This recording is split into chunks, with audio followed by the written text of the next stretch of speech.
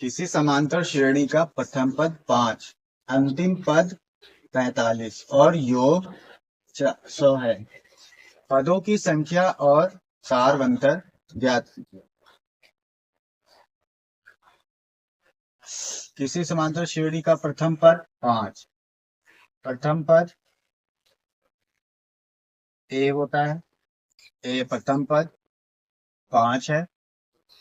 अंतिम पद 45, अंतिम पद होता है एल लास्ट, जिसको एनवा पद भी कह सकते हैं। तो ये है 45 और योग दिया गया है, यानी एस एन योग है 400, इस तरह से लिख लिया। अब यहाँ पर पदों की संख्या और सारवंतर ज्ञात करना है। तो पदों की संख्या ज्ञात करने के लिए यहाँ पर एस एन पदों का योगफल का फार्मूला इस्तेमाल करेंगे।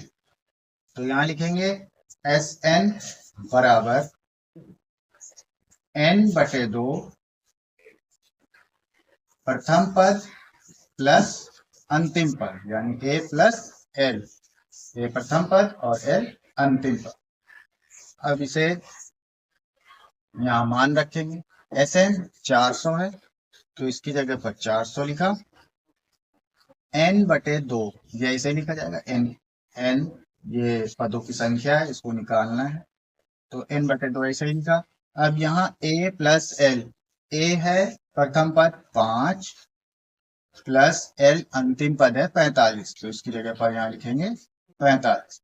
अब इसे इतना लिखकर हल कर लेंगे। यहाँ ब्रैकेट को पहले सॉल्व करेंगे। यहाँ ये 400 ऐसे ही लिखा, n बटे 2 इसको ऐसे ही लिखा रहने देंगे। अब यहाँ 5 और प्लस 45 हो गए 50, ये इस तरह से। अब यहाँ 2 भाग में है, बराबर से दूसरी तरफ चला जाएगा तो गुणे में हो जाएगा। तो ये हो गया 400 गुणे 2 बराबर n गुणे ये 50। अब यहाँ n के साथ ही 50 गुणे में है, ये बराबर के दूसरी तरफ जाएगा, इधर आ गया तो ये भाग में हो जाएगा। इस पूरे पद को इधर बाएं पक्ष में और बाएं को दाएं में भी लिख सकते हो। तो ये इस तरह से लिख सकते हैं n गुणे 50 बराबर 400 गुणे 2, इस तरह से। यहाँ 50 गुणे में है, बराबर के दूसरी तरफ जाएगा तो भाग में हो जाएगा। तो इसको इस तरह से लिख सकते हैं 400 गुणे 2 बटे 50, इस तरह से। अब इसे हल कर लेंगे, 0 से 0 कट जाएगा, तो ये बचेगा 40 गुणे 2 बटे 5।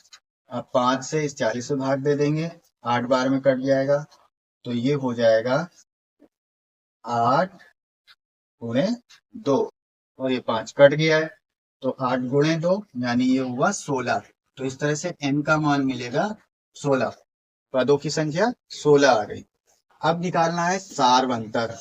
तो सारवंतर निकालने के लिए यहाँ पे फार्मूला लगाएंगे, अंतिम पद बराबर अंतिम पद यानी एनवा पद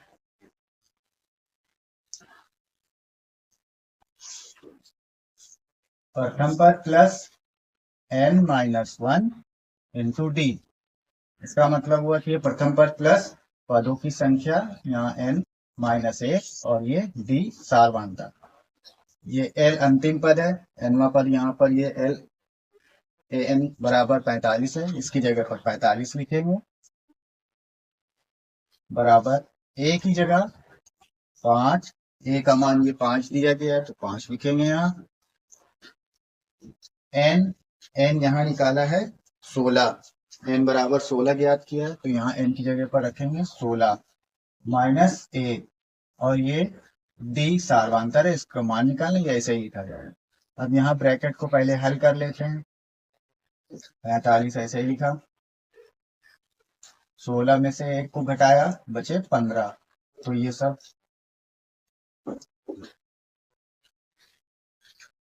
यहाँ पे हो गया ये 15 गुणे 30, इस तरह से हुआ ये। अब यहाँ पर क्या हो जाएगा, अब ये पक्ष और ये पक्ष को आपस में बदल लेंगे, इस तरह से लिखा यूं। अब यहाँ ये प्लस में है इतना पर, ये बराबर के दूसरे संख्या को राइट हैंड साइड में भेज देंगे। तो 15D बराबर 45 माइनस 5। अब 45 माइनस 5 हो गया, 45 में 5 को घटा देंगे तो ये हो जाएगा 40।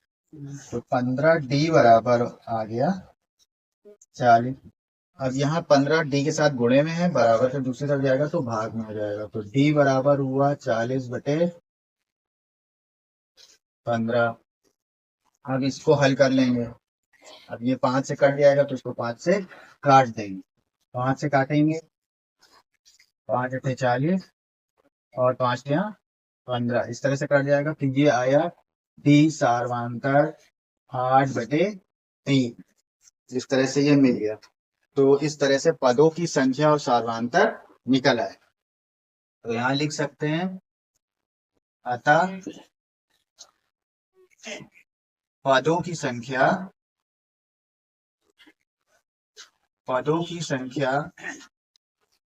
n बराबर 16 और ये सार्वांतर है।